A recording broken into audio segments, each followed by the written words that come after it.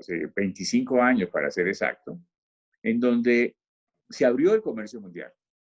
Entonces, se bajaron las restricciones entre los diferentes países para que las materias primas saltaran de un país al otro, convirtiéndose de materias primas en productos finales y de productos intermedios en manufactura ya listas para consumir.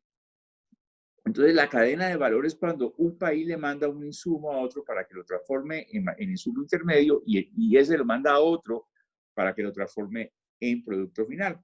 Hay cadenas hacia adelante y hay cadenas hacia atrás.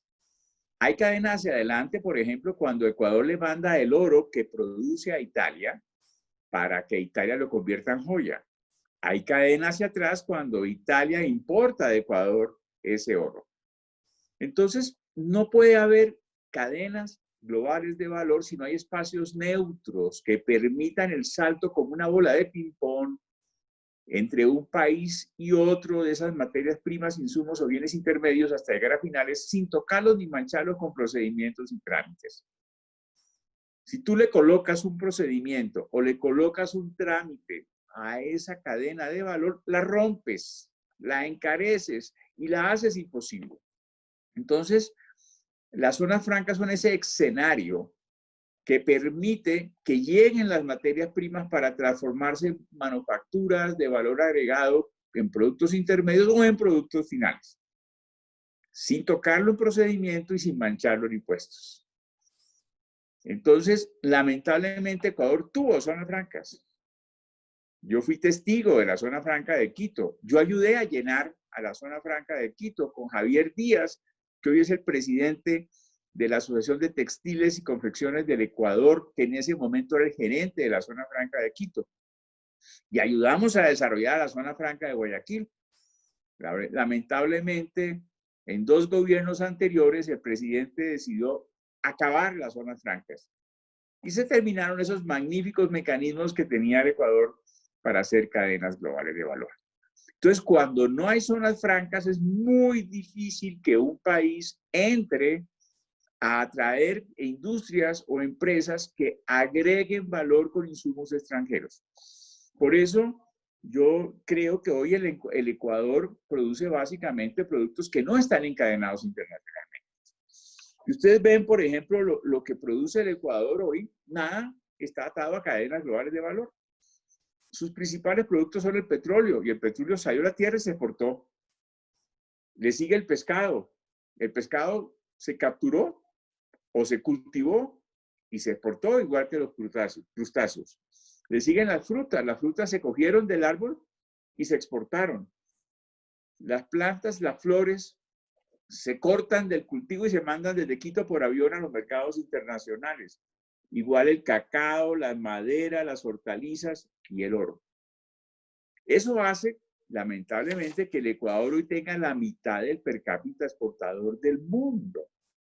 Hoy el mundo tiene un per cápita, si vimos las exportaciones mundiales, por el número de habitantes, los 18 trillones de dólares por los 7.800 millones de desesperados que vivimos en la Tierra, nos da el mágico número de 2.500 dólares. Eso es lo que exporta en promedio un habitante del mundo. Pues el Ecuador está en la mitad, está en 1.250. Porque los otros 1.250 que le faltan son las manufacturas que hoy no puede exportar porque no tiene escenarios para esas cadenas de valor y le toca concentrarse en productos primarios, en productos de una sola vía que nunca tuvieron insumos importados. Entonces, la primera reflexión que yo quisiera compartir con ustedes la tarde de hoy es que las zonas francas o las zonas de desarrollo económico, las zonas económicas especiales o como la quieran llamar, que al final es lo mismo, son esos elementos mágicos que permiten que aterricen los insumos extranjeros para que se le agregue inteligencia, mano de obra y valor agregado ecuatoriano y de allí pueda ser exportado al resto del mundo. Y con ese mecanismo ustedes pudieran pasar de la mitad del per cápita exportador de esos 1.250 a los 2.500 dólares. Otro dato curioso, si vemos las estadísticas, mientras las manufacturas valen 1.800 dólares promedio per cápita mundial, el Ecuador está en $113.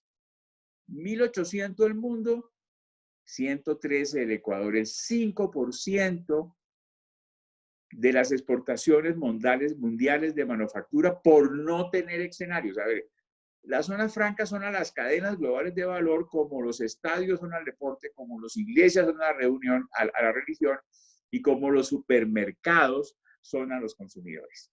Entonces, qué buena esta reflexión que nos invitan a hacer con Lisandro, mi gran amigo Lisandro, que nos está acompañando hoy, para invitar al Ecuador a que reflexione la importancia en reposicionarse, para aprovechar esas oportunidades que vienen en un momento post-COVID-19, donde las cadenas globales lejanas de valor se están convirtiendo en cadenas regionales cercanas, y viene una gran ola de inversión extranjera directa hacia América Latina, porque ya por motivos geopolíticos, de guerra comercial, de distancia económica y política, pues no va a ser posible mantenerlos durante mucho tiempo allá.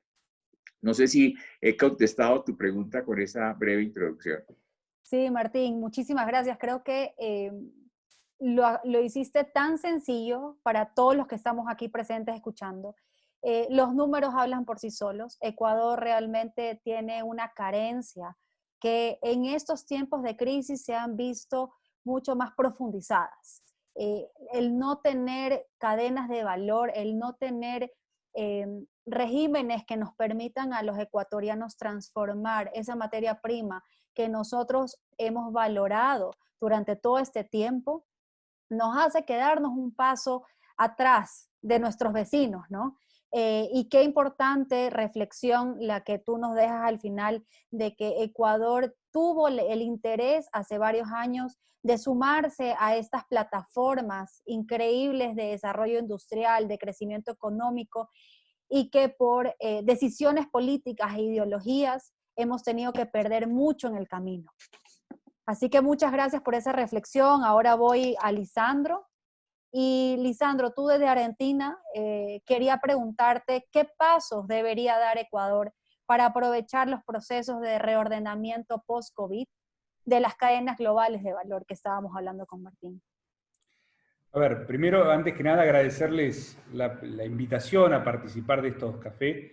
La verdad que te felicito, Sonsoles, por la organización, por las ganas que le pones. Y es un honor poder compartir con Martín, ¿no? Y la verdad que si Martín lo hizo simple, es para todos ustedes, no para mí que tengo que hablar después de él. A ver, lo primero que te tengo que decir es, con Martín creo que somos las dos caras de una moneda. Es la cara del éxito de lo que han hecho en Colombia, donde Martín ha ejercido un liderazgo fundamental, y por otro lado tenés lo que ha pasado en Argentina, que estamos peleando hace años y con mucha fuerza en los últimos tiempos para modificar la ley, porque claramente las zonas francas no funcionan de esta manera. Entonces, hay muchas cosas que voy a compartir, es de lo que estamos tratando de hacer, que está bueno por ahí compartirlo en situaciones como las de ustedes. Hoy Argentina y Ecuador tienen dos situaciones paralelas, los dos estamos reestructurando la deuda, los dos estamos tratando de sacar mejores condiciones, y en definitiva eso te permite quedar dentro de Occidente. Creo que los dos hoy estamos dando los primeros pasos de éxito en ese sentido, y nos abre una nueva expectativa, es como que nos saca una mochila y nos abre una nueva expectativa.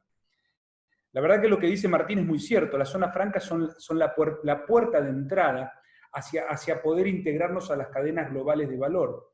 Pero también tenemos que entender dónde nos encontramos y en qué situación.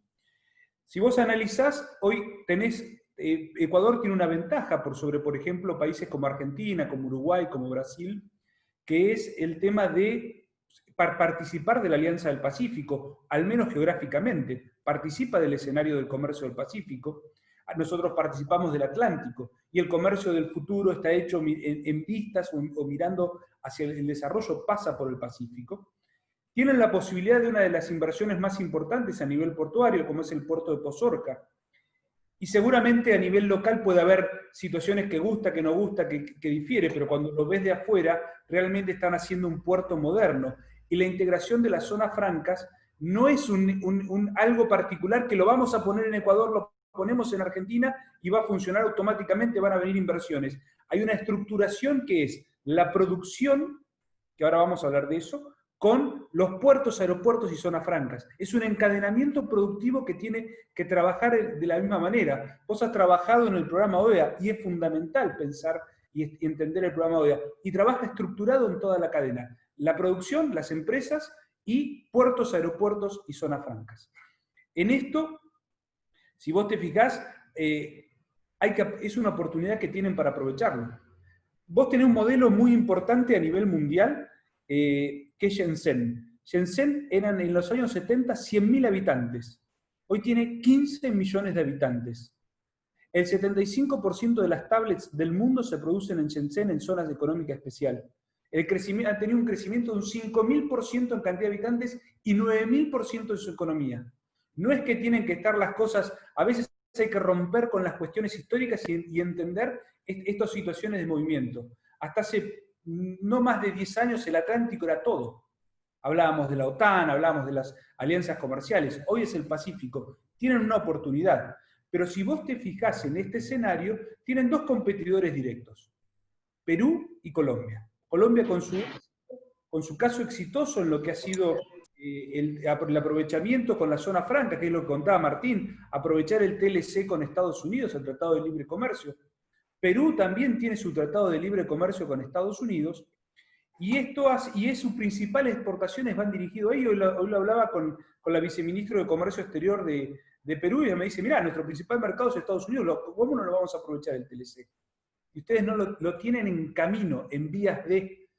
Y en esto, si bien Ecuador, igual que Perú, están en una barrera intermedia, porque están entre medio de lo que es Colombia, Centroamérica, más Cono Sur, es cierto esto que dice Martín. El nuevo orden mundial te marca esto de la economía de cercanías, el restablecimiento, el concepto de nearshoring, de producción cercana, y te da un aprovechamiento a mercados de alto consumo como es Estados Unidos.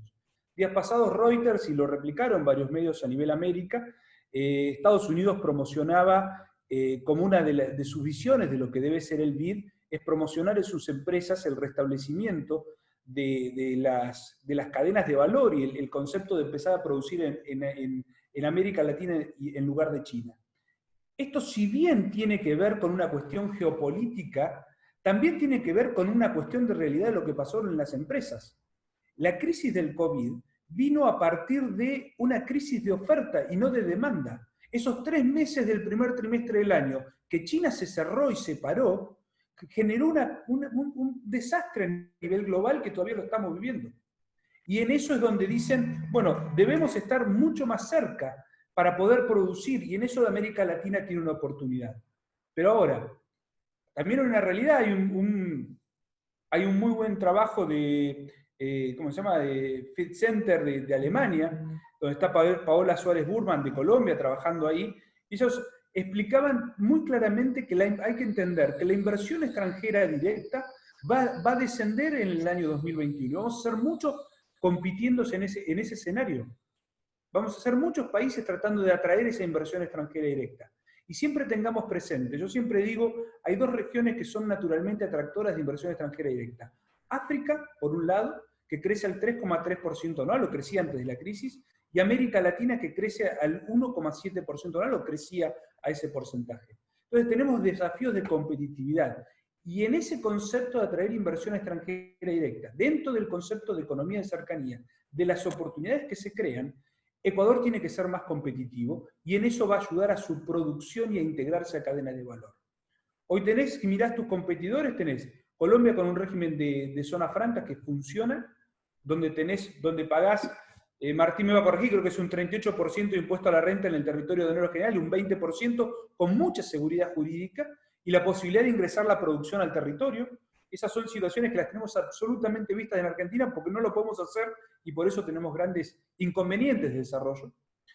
Y por otro lado tenés Perú, donde también tiene su TLC con Estados Unidos. El régimen de zona franca no funciona porque básicamente no han permitido que el privado sea el gran desarrollador, cosa que sí sucedió en Colombia.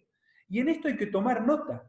Y en esto hay que decirle, no hay que tener miedo. Yo lo explicaba días pasados en una charla del BID. En el mundo hay reconocidos por casi 5.400 zonas francas, de las cuales 3.200 creo que son en Asia, y hay 630 en Latinoamérica. Entendamos que no es viste que hay una mochila con respecto a la zona franca que parece que hay cosas raras. Entendamos que funcionan en el mundo. Realmente funcionan y son un elemento de competitividad muy marcado. Y nosotros, a ver, países como Ecuador, como Argentina, donde la producción primaria es muy importante, necesita espacios para agregarle valor con competitividad.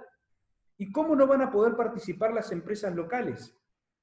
¿Y cómo no vamos a poder generar una cultura exportadora? Y la cultura exportadora se genera a partir de no obligar al empresario que maneja el mercado interno, que lo conoce hace muchísimos años o varias generaciones. Si yo lo obligo a decir, tenés que armar una unidad de producción al solo efecto de exportar, la verdad que es muy difícil. Entonces tenemos que acompañarlo y permitirle agregar valor, tener beneficios, tener seguridad jurídica, poder ingresar al mercado interno para que se sienta cómodo. Nos va a los países de Latinoamérica nos va a llevar, y en este caso somos muy parecidos, nos va a llevar muchos años generar una cultura exportadora, y ese es el desafío. Y para eso van a ser muy útiles las zonas francas, pero tienen que ser absolutamente disruptivas. Yo estoy convencido que las zonas francas nacieron para ser disruptivas y hoy no alcanza solamente con un tema impositivo de estímulos impositivos.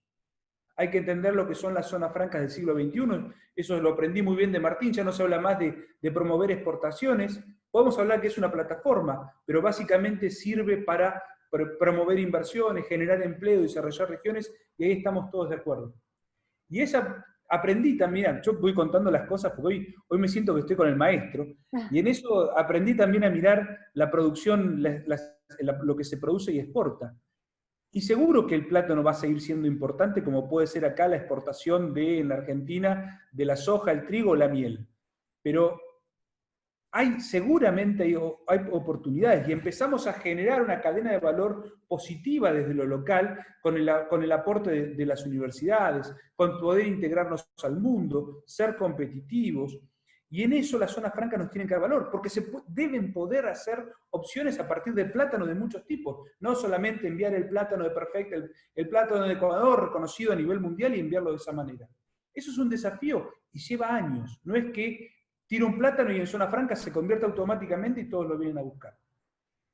Dentro de lo que siempre comento, hay que entender también hoy lo que son los organismos multilaterales, y en eso la OCDE juega un valor muy importante. Fijémonos, Colombia está dentro, Costa Rica está dentro, Brasil, Argentina, Perú están bregando por entrar, México está dentro, Argentina se quedó en la puerta medio detenido, Ecuador tiene que hacer un camino. ¿Y por qué? Porque la OCDE representa el 60% del PBI mundial y el 75% de la inversión extranjera directa a nivel mundial. Y es la que, a ver, ¿qué es lo que va a pasar a partir de la salida de la pandemia que ya empieza incipientemente a salir?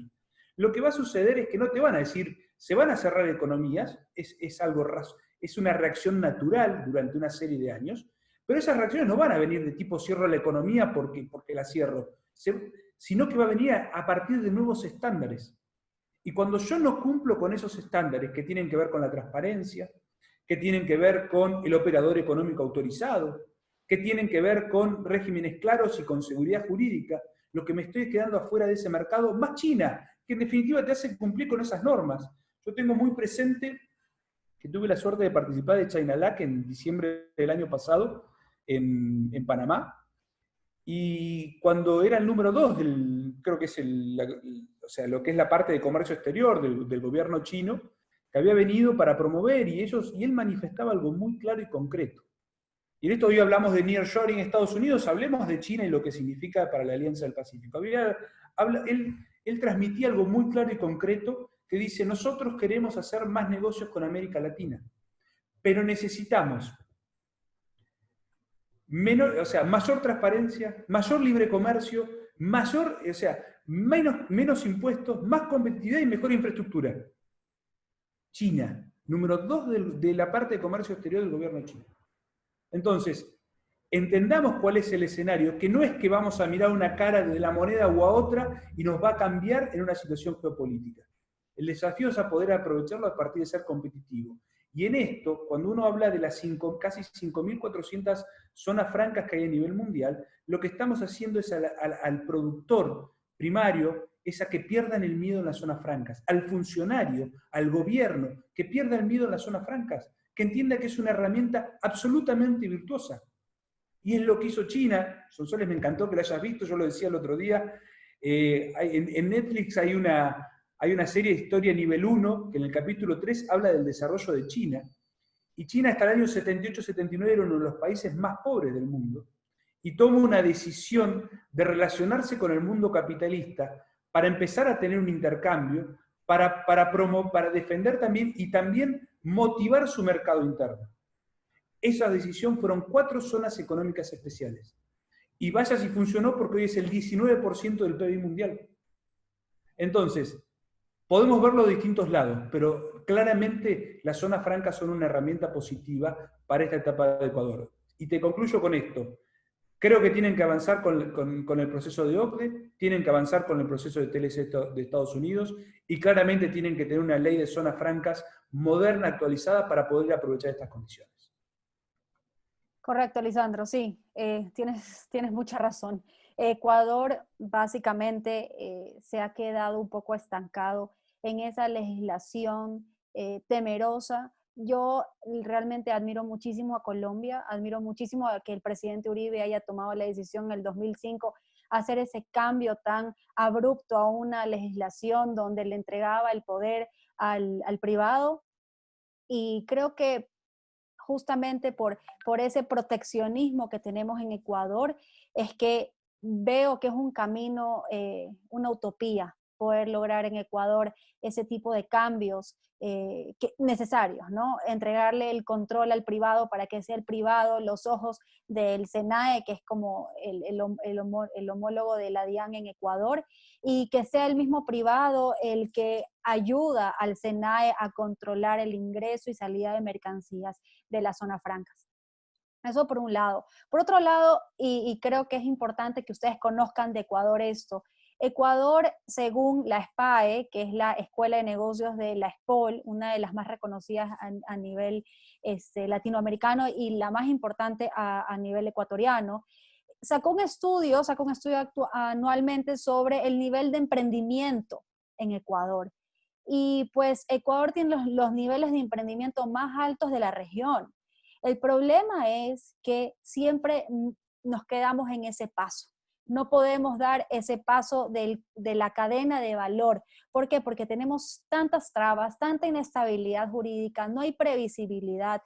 Y el inversionista, tanto pequeño como grande, que se anima a invertir, no tiene ayuda a estos regímenes francos importantes que lo podrían ayudar a abastecer un mercado interno e incluso mirar hacia mercados internacionales.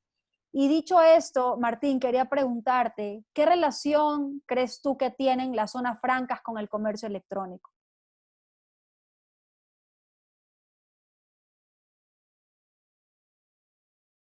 Estás sin micrófono, Martín, al momento. Tienes razón. Acabo de ver que murió Elsa de Mena hace poco, que fue una icónica directora del Servicio de Aduanas. Yo trabajé mucho cuando trabajamos con la zona franca de Quito, y a mi oficina le tocó montar el oleoducto trasandino, uno de los proyectos más importantes de infraestructura que ha tenido el Ecuador, que acababa precisamente en la zona franca de Esmeraldas. Bueno, volviendo a tu pregunta, el comercio electrónico está transformando el comercio mundial. Entre otros, porque el virus exige distanciamiento social. Y tú te das cuenta, Sonsoles, en el año 2002, cuando vino el SARS a China, que ellos se aislaron como estamos todos aislados hoy. En lugar de estar yo presencialmente dándote esa charla allá en Quito, me encanta Quito, estoy aquí en la sala de mi casa. Entonces, porque estamos todos aislados, conectados pero aislados, eso hace de que el aislamiento lleve a que en lugar de ir al supermercado o a la tienda, pida por internet y me lleguen a mi casa el mercado, la ropa, los elementos de gimnasia, todo lo que uno pide por internet. En unas estadísticas que estaba viendo ayer, veía que los datos de la nube relacionados con comercio electrónico han aumentado 6 veces en el mundo durante la pandemia. Y el señor Ma, el promotor de Alibaba, decía que el paquete va a jubilar al contenedor. Entonces, esto es una manera nueva de hacer comercio internacional. El 35% del valor del comercio mundial en 2 años va a ser comercio electrónico transfronterizo. Y en eso, pues, Quito tiene una vocación fantástica, porque tiene un muy buen aeropuerto. Yo conocí el viejo y viajé muchísimas veces al viejo, también conozco el nuevo, un poco más retirado. Pero queda en un sitio fantástico para hacer distribución internacional. Y si bien Quito queda muy lejos del mar, queda muy cerca de América Latina por avión.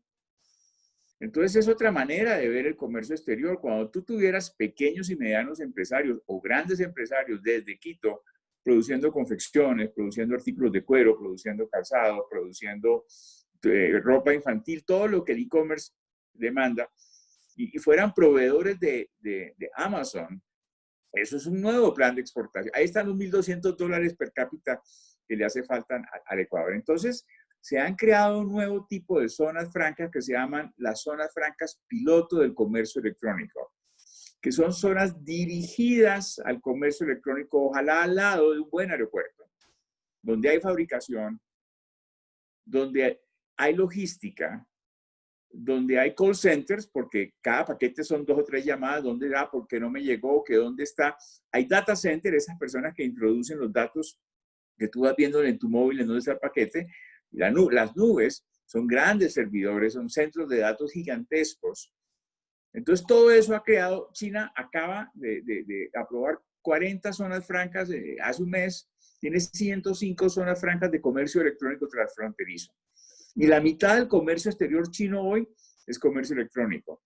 Entonces, ese es otro tema muy interesante que vale la pena que la Cámara de Comercio de Quito tome conciencia, porque pues, hay pocas ciudades como Quito tienen una vocación de utilizar el avión para conectarse con el mundo. No se nos olvide que hoy la tercera parte del valor del comercio mundial es por avión y que está creciendo muchísimo. Y como los aviones ya no llevan pasajeros, llevan mercancías. Entonces, sin zonas francas el comercio electrónico es mucho más difícil porque la zona franca hace que haya comercio digital. No puede haber compras digitales si los procedimientos no son digitales. Ya no estamos hablando de semanas y días para un trámite, estamos hablando de horas y minutos. Todo es con código de barras, todo es con procedimiento electrónico, todo es con de minimis. Hoy en día mundialmente los envíos de menos de $200 no pagan impuestos de importación y te llegan a la puerta de tu casa. Entonces, qué interesante pensar para el Ecuador si tiene cómo el comercio electrónico pudiera cambiar el plan de exportaciones del Ecuador y cómo Quito, a través de su fantástico aeropuerto, y Guayaquil tiene otro también muy bueno, pudieran convertirse en epicentros del comercio electrónico. No se te olvide que el hombre más rico del mundo hoy es el señor Bezos, que fue el gran promotor del comercio electrónico del mundo mediante Amazon. Correcto, Martín. Y te cuento algo más interesante que el gran aeropuerto que Quito tiene hoy en día, es que Quito tiene aprobada una sede de Tababela, que son 220 hectáreas junto al aeropuerto de Quito, que está aprobado desde el año 2018, pero no se ha podido desarrollar por sin número de problemas burocráticos y de trabas normativas que tenemos actualmente. Pero es curioso lo que tú estás comentando, porque hoy día estuve en un webinar en la mañana de la directora de la CEPAL, y ella estaba comentando que entre los meses de marzo a junio hubo una caída del 99% del transporte aéreo de personas, pero en el transporte de carga solamente hubo, decirlo solamente porque es verlo positivamente, solamente hubo un decrecimiento del 60%. ¿Por qué? Porque mucho de lo que tú estás diciendo es verdad, mucho intercambio de bienes se dio a través de los transportes aéreos de carga. De hecho, hoy en día en el aeropuerto de Quito actualmente, diariamente, llegan 4 o 5 aviones solo para llevarse flores, por ejemplo. Entonces, yo creo que es un mercado que nadie lo está visorando, nadie le está tomando la atención y la importancia que realmente tiene. Y creo que, bueno, es una excelente idea que desde ICC Ecuador y de la Cámara de Comercio de Quito vamos a tomarla prestada, a ver un poco cómo podemos ayudar a desarrollar ese comercio electrónico a través de zonas francas. Así que muchas gracias, Martín, por tu gran sabiduría y conocimiento en este tema. Y ahora quiero preguntarle a Lisandro, ¿qué función crees tú que cumplen las zonas francas en agregar valor en las cadenas de producción primaria? Estás sin audio, Lisandro. Yo lo decía hoy, ahí estoy. En eso nosotros le damos una importancia fundamental a lo que es la producción primaria, a la producción tanto de plátanos, de cacao, y en eso tenemos que ver cómo darle valor, y valor significa precio, pero también calidad, y cómo podemos integrarnos al mundo y aprovechar estas oportunidades que decíamos que había con respecto a Estados Unidos, con respecto al mercado asiático. La realidad, por ejemplo, yo te voy a decir algo que aprendí en una charla del Vida de hace poquito sobre el tema de rutas gastronómicas.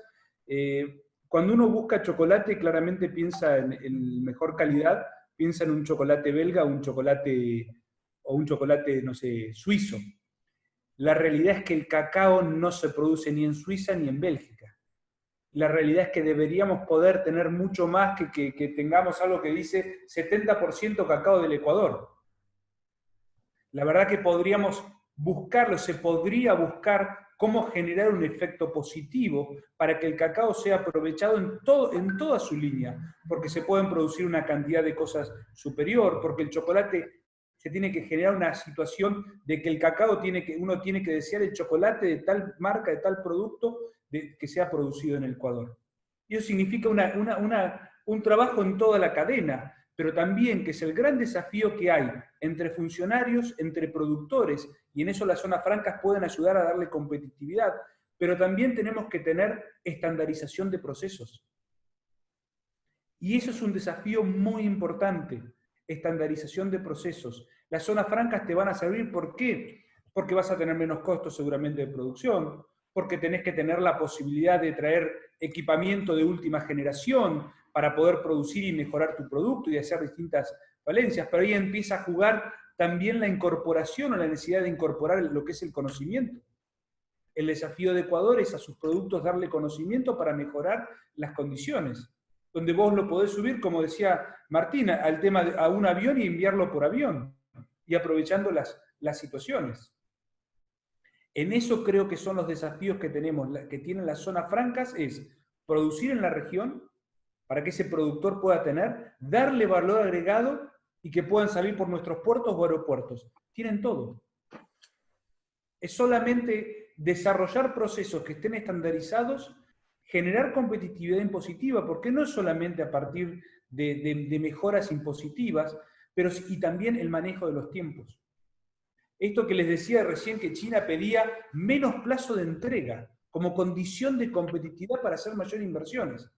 Y en América Latina estamos acostumbrados bueno, más o menos el lunes te lo entrego, y el más o menos termina siendo el jueves, el viernes, o la otra semana, y bueno, vos tenés que entender. Y el lunes es porque terminás rompiendo. Entonces, la cadena de valor tiene que ver mucho con la cadena de logística. Y si no integramos todo, porque tampoco nos podemos... Y otra de las cuestiones que aprendía es, no podemos estar pensando todo el tiempo en base a la oferta, sino a la demanda. Tenemos que lograr ese chocolate con cacao ecuatoriano, producido en Ecuador, reconocido a nivel global, pero que busque la demanda, o que llegue de la forma que se demanda. No, pero siempre lo hicimos así. Hay que tener ganas de competir y uno tiene que saber cuáles son las herramientas positivas que podemos tener. Cuando hoy hablábamos de nearshoring, que es una gran oportunidad, yo siempre digo que hay un estudio de la Universidad Johns Hopkins de Estados Unidos, Johns Hopkins, que tiene un estudio de un centro de estudio del coronavirus. Ellos hacían un análisis a fin de marzo donde entendían un escenario positivo y negativo de salida de la cuarentena. Para países que son los grandes demandantes de productos como Estados Unidos, lo establecía en la última semana de julio. para países como Argentina lo establecían la 4ª semana de agosto. La verdad que el mundo de a poquito empieza a funcionar y empieza a andar con estas posibilidades de nearshoring. Y no podemos llegar cuando queremos. Cuando reestructuramos la deuda, y ahora vamos a ver que en agosto leía que en Bloomberg que decían que Ecuador va a ver cómo fondea ciertas cosas. Tenemos que prepararnos y en eso tenemos que darle la oportunidad, acompañar al productor, no imponerle al productor, acompañar al empresario y simplificarle. Proyectos como las ventanillas únicas de comercio exterior. No puede ser una traba la burocracia para que no pueda llegar el producto en tiempo y forma. Porque Amazon, como contaba muy bien recién Martín, Amazon, a ver, es una empresa de logística que te asegura el proceso estándar y que vas a tener tu chocolate en tal momento. Y en eso no podemos generar trabas porque quedamos afuera del sistema. Tenemos la posibilidad de reducción de los gastos de viaje, mayor armonización reglamentaria, menos riesgos. Esa es la posibilidad que nos da el nearshoring. Pero también podemos pensar en otros mercados. Por ejemplo, hacer chocolates, a ver, buscar certificaciones. La certificación halal, la certificación kosher. Tener un reconocimiento para ciertos mercados. La comunidad islámica, a ver, tienen la posibilidad de una inversión de DP World. La comunidad islámica son 1.600 millones de personas. ¿Cuáles son los centros comerciales? Dubái y Abu Dhabi. Muchachos, los tienen adentro. La posibilidad está ahí. Y en eso hay que saber aprovecharlo. Pero si yo no le doy valor agregado, y tampoco le puedo exigir al productor que él tiene que inventar o sea, es el Estado el que debe acompañar y simplificar, pero claramente hay que tomar una decisión de ser competitivos. Y a veces hay países como los nuestros que nos cuesta competir en el costo con los países asiáticos. No podemos competir en fabricar tornillos o en hacer camisetas. Nos va a costar muchísimo. Pero en los productos nuestros tenemos que ver, a veces por calidad y a veces por precio. Italia es un ejemplo. Siempre cuento una historia. En Argentina se produce en distintas regiones, distintos tipos, pero muy buena cantidad y calidad de aceite de oliva. Pero nosotros lo exportamos a granel. Y tenés el otro ejemplo que es Italia, que exporta más aceite de oliva del que produce. Entonces, los desafíos los tenemos bastante cercanos y posibles, y en esto debemos asumir la competitividad y pensar en la producción que tenemos, cómo lo solicita y la demanda, y ver cómo acompañamos todo el proceso.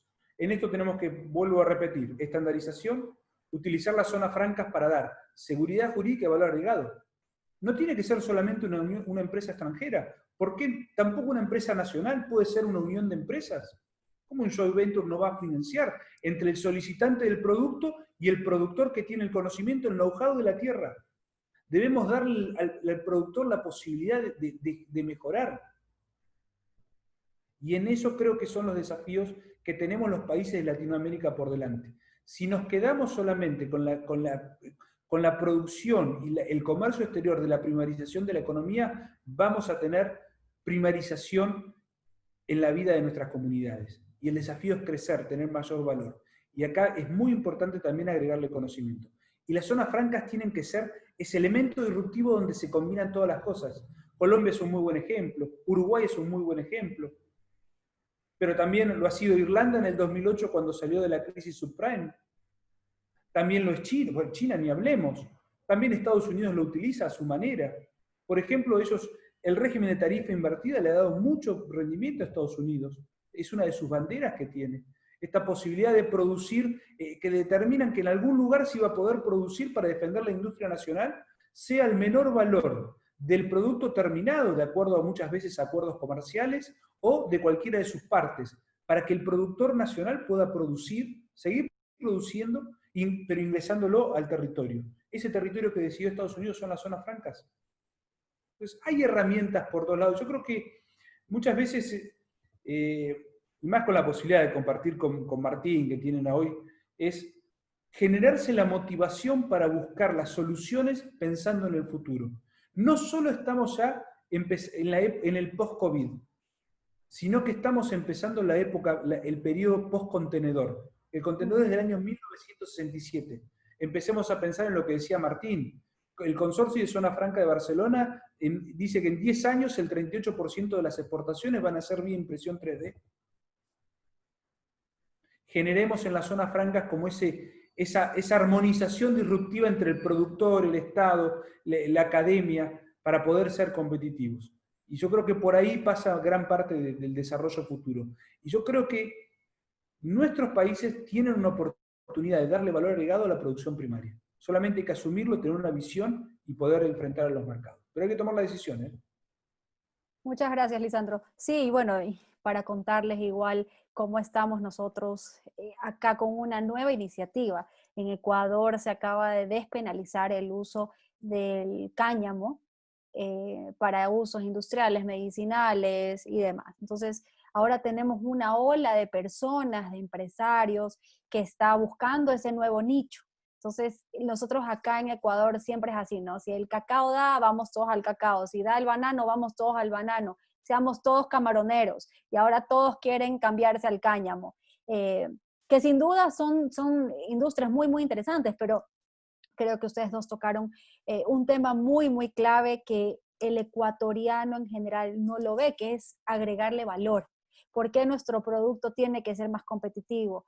Tiene que ser mejor que un chocolate hecho en Bélgica, por ejemplo.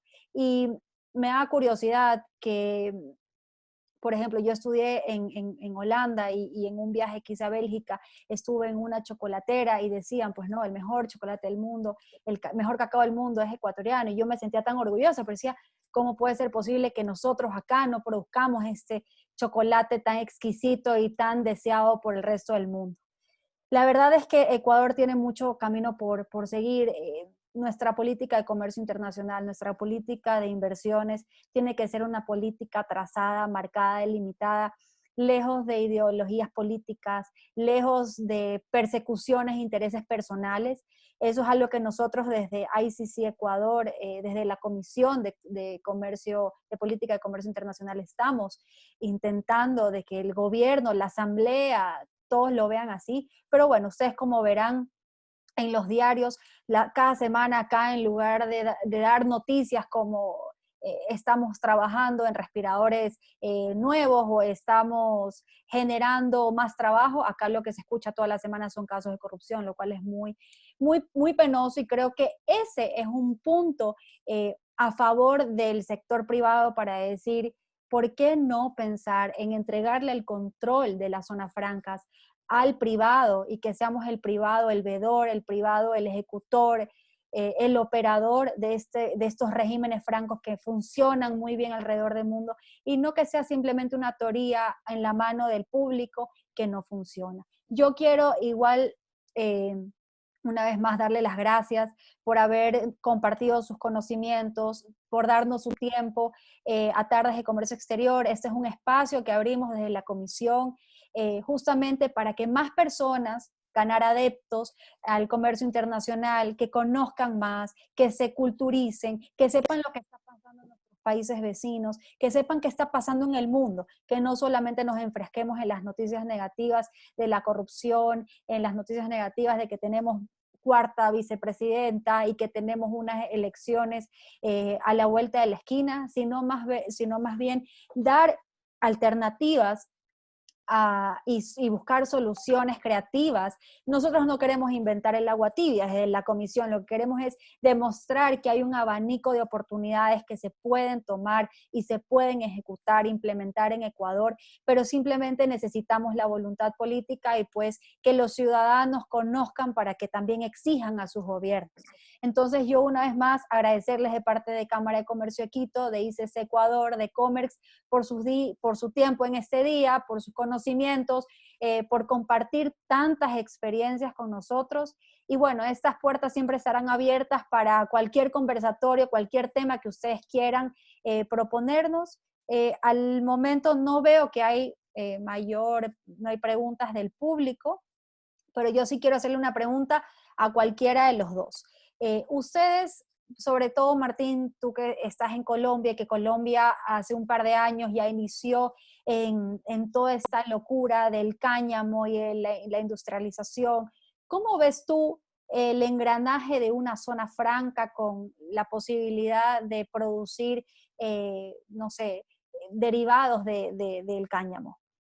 Sonsoles, es completamente viable, porque los productos de cáñamo sí que son valor agregado, porque en Colombia, por ejemplo, está prohibido cortar la flor del cáñamo.